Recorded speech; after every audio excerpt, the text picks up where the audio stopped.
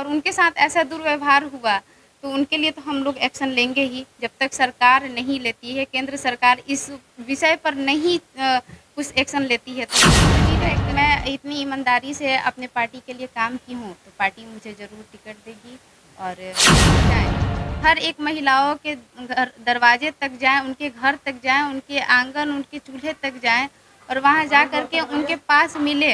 आपके चैनल के माध्यम से जितने भी लोग मुझे सुन रहे हैं, देख रहे हैं, मैं सबको प्रणाम, सलाम और नमस्कार करती हूँ। और मैं राजद की नेत्री हूँ। इतने दिनों तक मैं ईमानदारी पूर्वक, आप लोग जहाँ भी देखे होंगे, जिस रूप में देखे होंगे, मैं राजद का कार्य की हूँ और अपने गार्जियन स्वरूप जितने भी हमारे नेता हैं, नेतागण हैं, सुप्रीमो हैं राजद के, तेजस्वी प्रसाद यादव जी हो गए, लालू यादव जी हो गए, उनका जितना भी बात है, जो भी जिस तरीके से उन्होंने हमें बताया, जो भी कहा, उस तरीके से मैं अपने सिवान बढ़िया विधानसभा में वर्क की हूँ और समाज में काम की हूँ और सभी लोगों के साथ रही हूँ।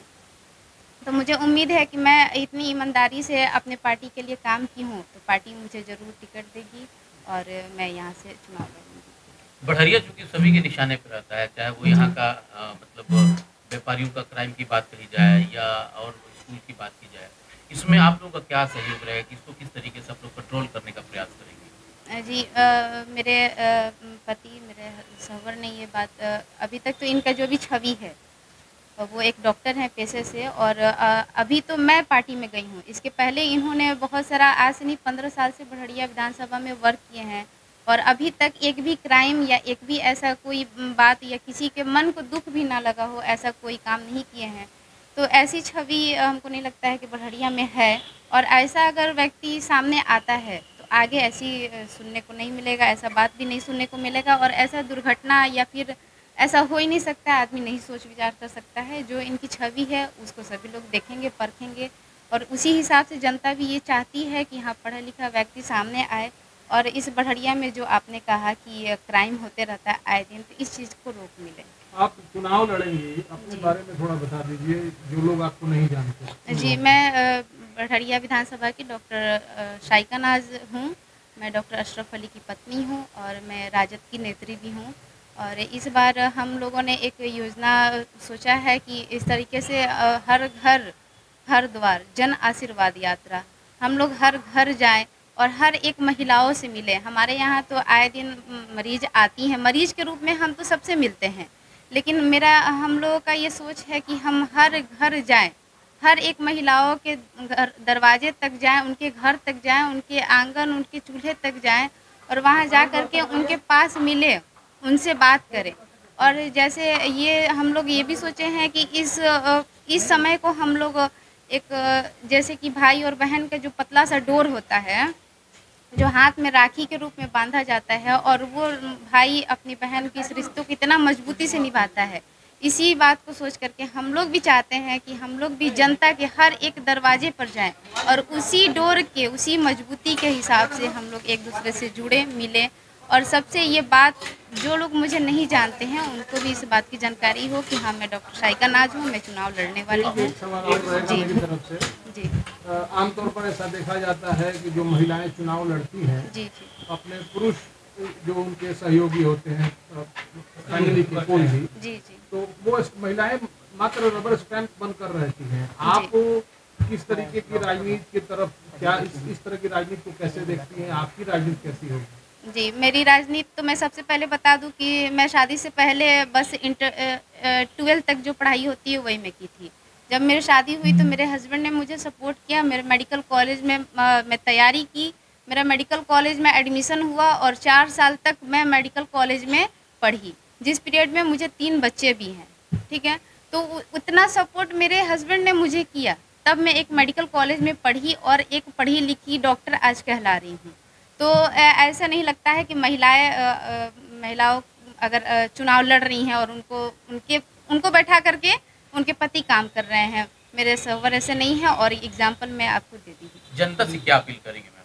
जनता से मैं ये अपील करूँगी कि मैं सोमवार से सावन की इस पावन माह जो ख़त्म होने वाला है, सोमवार को रक्षाबंधन है और इस रक्षाबंधन की शुरुआत में मैं आप लोगों के घर, आपके दरवाजे पर आऊँगी और आप लोगों से आशीर्वाद स्वरूप आप लोग मुझे जो भी अनाज हो गया या फिर ये 2 रुपए हो गए, 10 रुपये होंगे, जो भी आप लोग आशीर्वाद स्वरूप मुझे देंगे और मुझे पहचाने और मुझे अपनी बेटी बहन जाने और मुझे मेरी मदद करे, ताकि आगे चल के मैं भी आपकी सहयोग कर मैडम सकूं। आप महिला हैं और जी। महिला होने के मतलब महिला शक्तिकरण के लिए क्या प्रयास?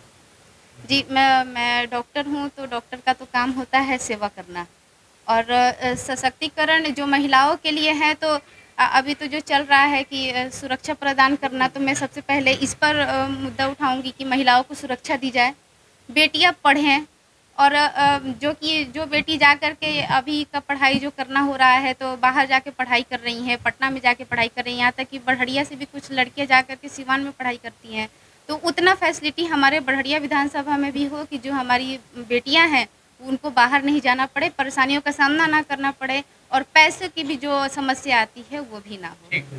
कहूँगी कि एक ट्रेनी डॉक्टर है और उनके साथ इतना दुर्व्यवहार हुआ है और का कोई हद हिसाब नहीं हुआ है और उनके साथ मारपीट की गई है, उनके साथ किया गया है और उसके बाद से उनकी हत्या कर दी गई है। इस विषय में तो कुछ भी कहने लायक ही नहीं लग रहा है कि ये इतना घृणापूर्वक काम किया गया है और इससे तो पता चलता है कि एक डॉक्टर को कहीं से भी सुरक्षा नहीं प्रदान होता है। इससे जितने भी महिला लड़की जो गार्जियन हैं जो कि अपने घर से गांव से बिलोंग करती हैं, वो चाहती हैं कि हम पढ़े लिखें, तो उन सब चीज़ों में भी ये जो चल रहा है इसको देख करके बहुत सारा रुकावट आ जाएगा और इसके लिए तो अब सरकार से ये मांग करनी है कि जो भी अभी जिस तरीके से घटना हुआ है, घटना को अंजाम देने के लिए ये ऐसे ही चलता है कि कोई भी एक क्राइम होता है, कहीं पर भी किसी लड़की के साथ ऐसी दुर्व्यवहार हो जाता है, उसकी मृत्यु कर दी जाती है और उसके बाद से उसका सुनवाई होता है 2 साल बाद, 4 साल बाद, 6 साल बाद। तब तक तो जो ऐसी घटना करने वाला है उसके मन में डर पैदा होगा ही नहीं। अगर तुरंत का तुरंत हो, अगर एक्शन लिया जाए, अभी जैसे कि डॉक्टर का एक लेडी डॉक्टर थी जो कि ड्यूटी में थी और गवर्नमेंट मेडिकल कॉलेज में थी और उनके साथ ऐसा व्यवहार हुआ और अभी तक 9 तारीख को हुआ है, 8 तारीख या 9 मतलब 4 बजे करीब में, ये 9 के 4 बजे करीब में की बात है, ये हुआ है और आज 17 तारीख हो गया, अभी तक सुनवाई नहीं हुई। तो इससे जो हैं उनके मन में डर कहीं से नहीं पैदा होगा, उनको ये इस बात का एहसास ही नहीं हुआ कि मैंने कोई गलती किया है। मैडम आज स्ट्राइक पर हैं आप लोग और कई ऐसे मरीज हैं जो कि जी। दर भटक रहे हैं, परेशानियां लोगों को बढ़ गई हैं। जी, लोगों की जान जा रही है। इस बात का अफ़सोस तो हम लोगों को है कि ये इतने सारे परेशानियों से हम लोग तो सेवा करने के लिए ही हैं।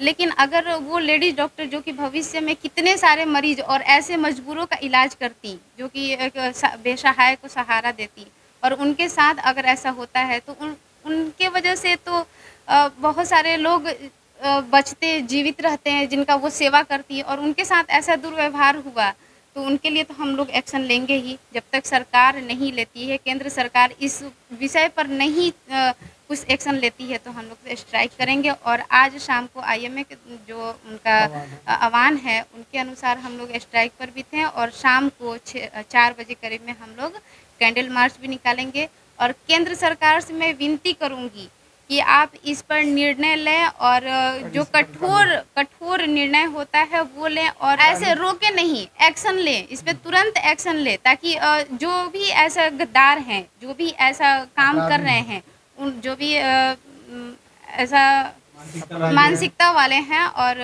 उन लोगों के अंदर ये डर पैदा हो और जितने भी हमारी माता बहनें हैं, जितने भी हमारे गार्जियन हैं, भाई बाप हैं, उन लोगों के अंदर जो डर समाया हुआ है कि हम अपनी बेटियों को बाहर नहीं भेजेंगे, तो वो डर और वहम वो निकल जाए। ठीक, धन्यवाद।